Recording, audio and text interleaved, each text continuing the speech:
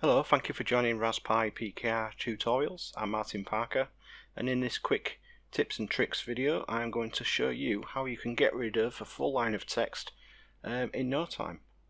I'm just going to open a new file in Python. I don't think it matters where you are or what you're doing, but basically I'm just going to go crazy on the keyboard and create a line of text. Makes absolutely no sense. Yep.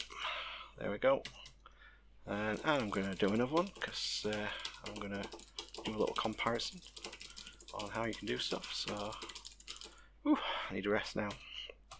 Right, so how I would get rid of that line normally, I would grab it and go along with my cursor, press delete, gone.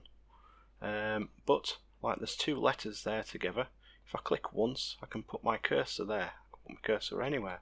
If I double click a word, even though it doesn't make sense, it will highlight that word. But if I click 3 times, it highlights the whole word, press delete, gone. There you go. Quick hit tips and tricks by RasPipKr tutorials. Thank you, and I'll catch you in the next one.